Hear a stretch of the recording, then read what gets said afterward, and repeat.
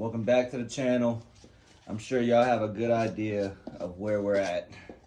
If you don't, and you've watched other videos, I don't know what to tell you, bro. But hopefully y'all's day is going as planned. Y'all are getting shit done. Y'all are locked in. Y'all are focused. Y'all are not behind schedule like me. And yeah, we got, since we are though, we're gonna go ahead and throw some Total War back. We got a sour gummy bear. It's the one we kind of been rocking with. High dose. Nothing too crazy, but 2 scoops honestly puts me in the perfect place I like to be. You know, I don't know if you take pre. If you don't, I think you're a different breed. I think if you try it, you're not going to want to work out without it. That's my personal opinion. I would if I had to. But bro, I'm taking pre every day. If there was, for whatever reason, a scarcity of pre, I'm still coming in here. You know, that's how we are. But yeah. It's been a long time since I put my pre in a water bottle and just drank it or whatever. I think I might try that like maybe tomorrow or something. Like I've just always thrown it back. But I know a lot of people say you do get a lot more from it if you drink it with water. Personally, I don't really know if that's true or not. It's just always how I've done it. I don't really have too much of a preference, I'd say either. Like if everything was planned out smooth and timed right, I probably would try that out. So maybe we'll try it out like tomorrow or some shit. We'll take 2 scoops, throw it in a water bottle, and just drink it and kind of just let it build up on us. But I feel like when you throw it back directly, it kind of just smacks you. And I don't know if that's like a fiend aspect quality of myself or something. But I like that shit, bro. And I know a lot of y'all probably do the same. Let's throw this shit back though.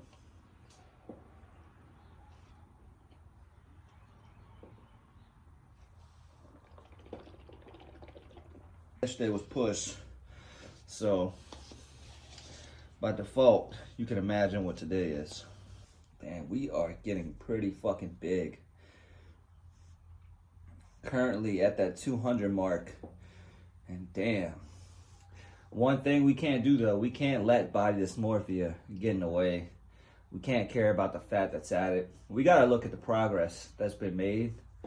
And honestly, we're moving into XL territory, which means the big T is gonna be double XL. Because right now I already wear XLs for like pump covers and shit. But the pump covers are gonna start getting tight on me, bro. So same thing with my pants. I'm gonna actually have to go make a trip, maybe to Goodwill, maybe to Shein, get some cheaper clothes, because we're getting bigger. Everything is getting tight.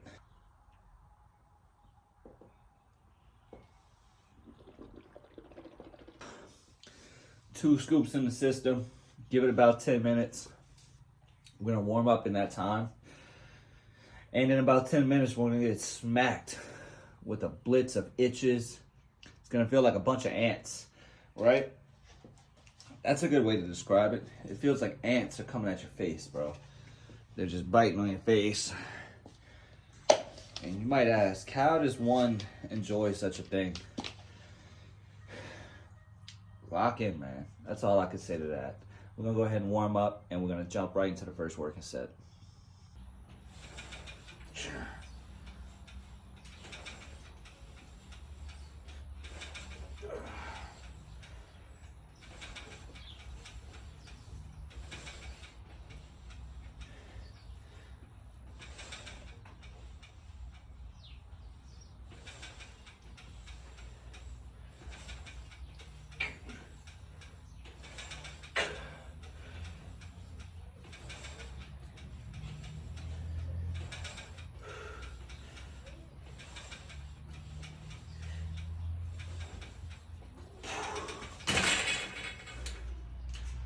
Straight arm, lat push downs to start. It's one of my favorite movements to start, warm up, get a feel for your lats, get the blood into your lats, and just get warmed up. But we're gonna go ahead and probably hit another set of these, then we'll move on to another movement.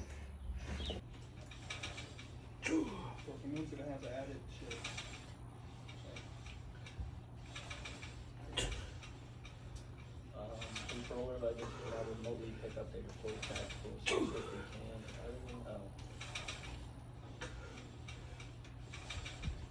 Okay, here we go. About 6, the ultimate being blocked by a trident and leaving the skin permanently. Octane. This is focus.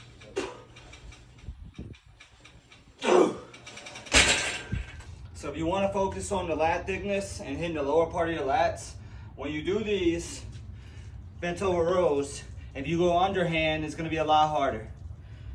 Just a small tip, you could do them overhand. Really, you're going to get good work regardless. But yeah, we're just using a landmine to do these with this attachment. Pretty dope attachment. I don't know if y'all remember, but that one day I actually forgot, or never mind, I didn't forget, but just didn't realize that's what that was for. I was dead ass like, damn, what is this for? But figured it out when I was sitting there wondering what I'm gonna use to do these. So yeah, let's go ahead and knock out some bent over rows.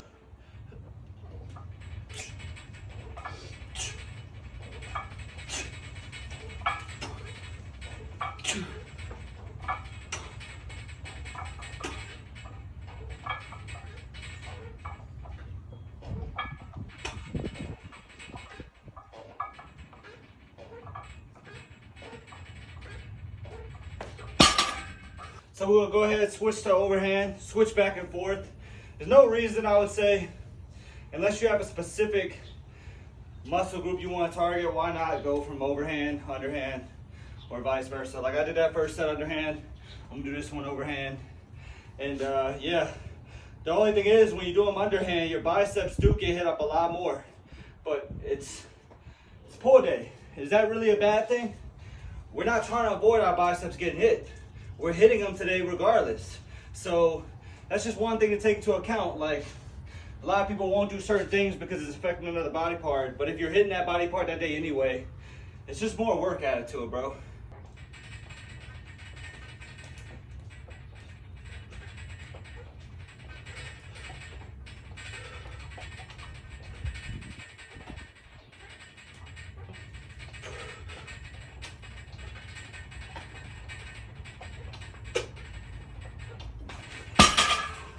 Back to underhand, and then we'll jump into another movement.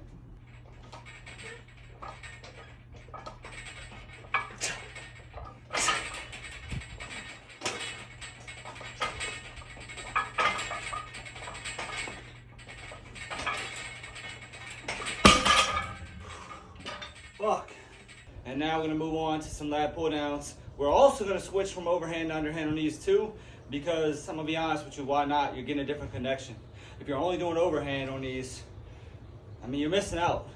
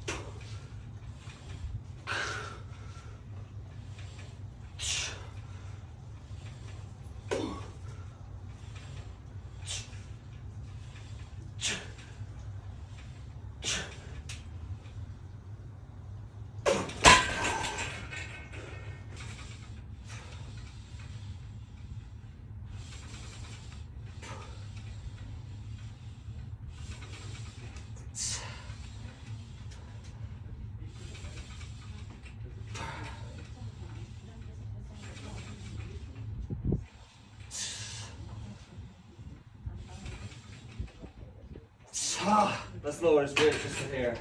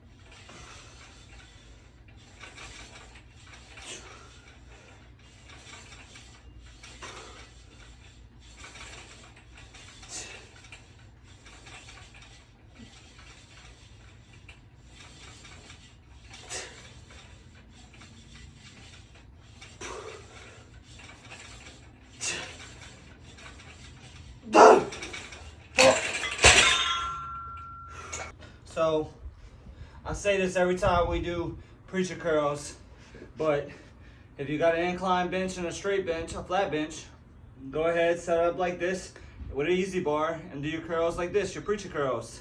So let's go ahead. Hopefully this is a hard set of 8 to 12.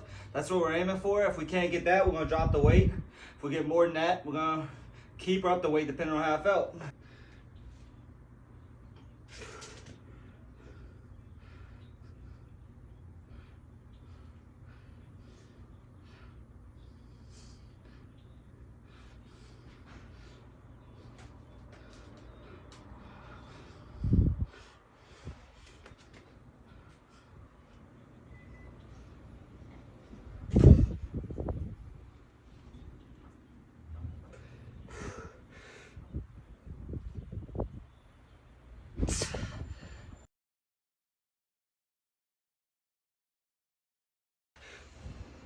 Oh, come on!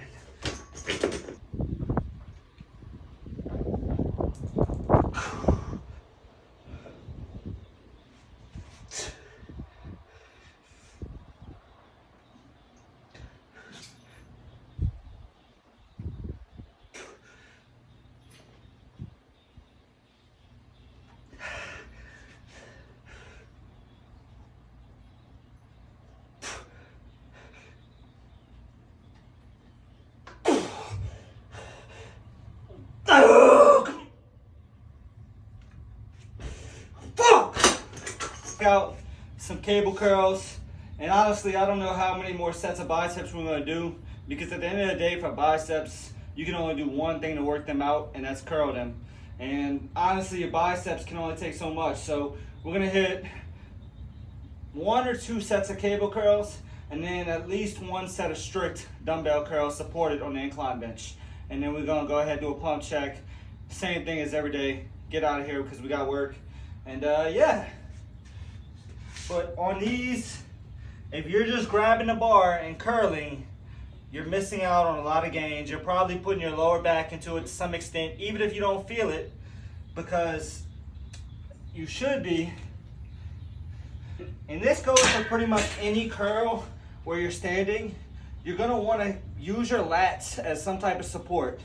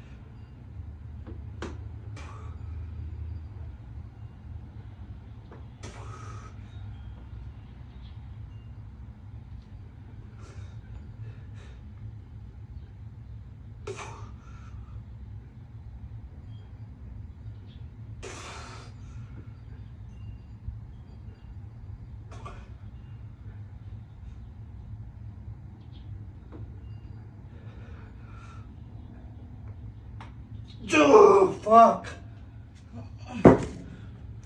And quickly run through everything we did. We started off with 2 sets of straight arm lat push downs, followed by 3 sets of landmine bent over rows. Pretty heavy ones, if I'm being honest, 8 to 12 reps per set. And we did switch from overhand to underhand on each one. I explained why in the video. So if you watched the video, you would know that already. But then we went ahead and jumped into some heavy lat pull downs where we did the exact same things, rotating from overhand to underhand. Again, if you are only doing overhand, which I know a large percent of y'all probably are, you're missing out on some gains. Some pretty easy gains too, to be honest, simply because you're not going to target the same spot on your back as if you were doing underhand. That's going to be for a majority of rows too, by the way. But then we went ahead and we moved on to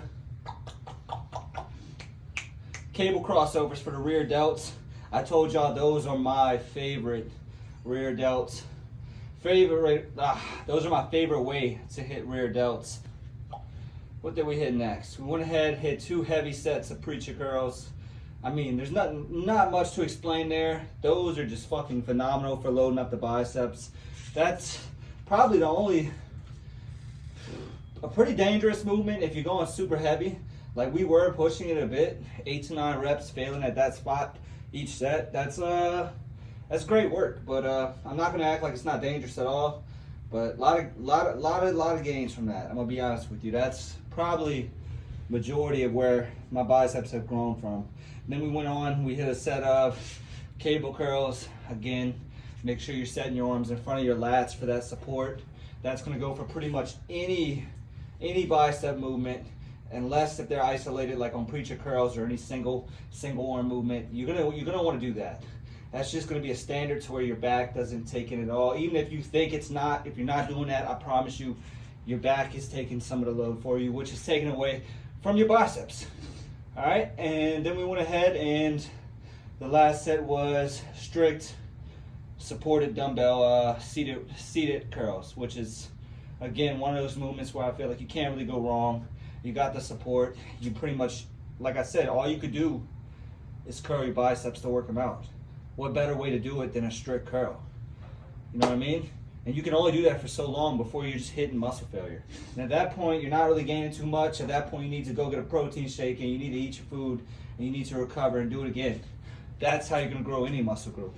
But specifically, smaller muscle groups like biceps, you really shouldn't be doing 10 sets of biceps, bro. Like, it just doesn't make much sense. But of course, if that's what you wanna do, who the hell am I to tell you not to do your workout? You know what I mean? Do your thing. You can make gains pretty much from anything. But I'm just saying, if you want to save time, be more efficient, probably move more in that manner, right? Get that muscle group to failure as much as you can with it being effective. If you got to keep dropping weight, you probably eventually, like, what are you doing? You know what I mean? But then, yeah, that was it. So, not a bad workout at all. Honestly, a pretty good lift, if I'm being honest. We got legs next. Triceps are still sore from yesterday. And yeah, man, definitely enjoying the bulk, enjoying the gains. And we're gonna go ahead, let's do a couple poses, and then we'll get on out of here.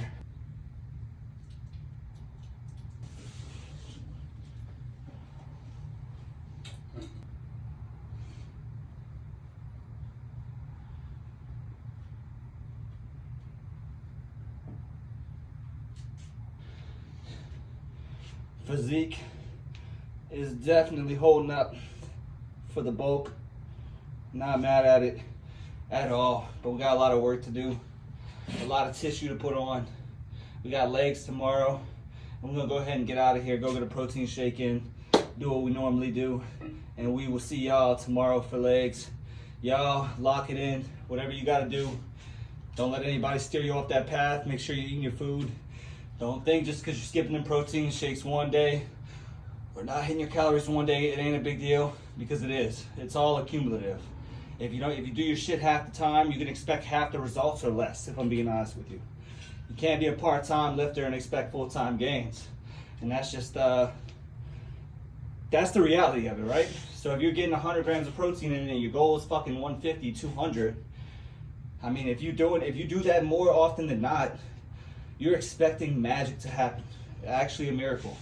It doesn't even matter. You can take anything you want to take. You could be the hardest lifter. If you're bullshitting yourself in the kitchen, good luck. That is like gonna be fucking 70% of everything right there, along with recovery and sleep. Lifting is obviously a big part of it, but you can get away with a lot less than lifting if you're hitting every other variable, but vice versa, you can't. Like if you're bullshitting in the kitchen and you're training hard, you're gonna get less out of it. And the reason why is because you're gonna actually lower your testosterone and everything else along with it if you're overtraining and not replenishing. So keep that in mind if you're one of those people.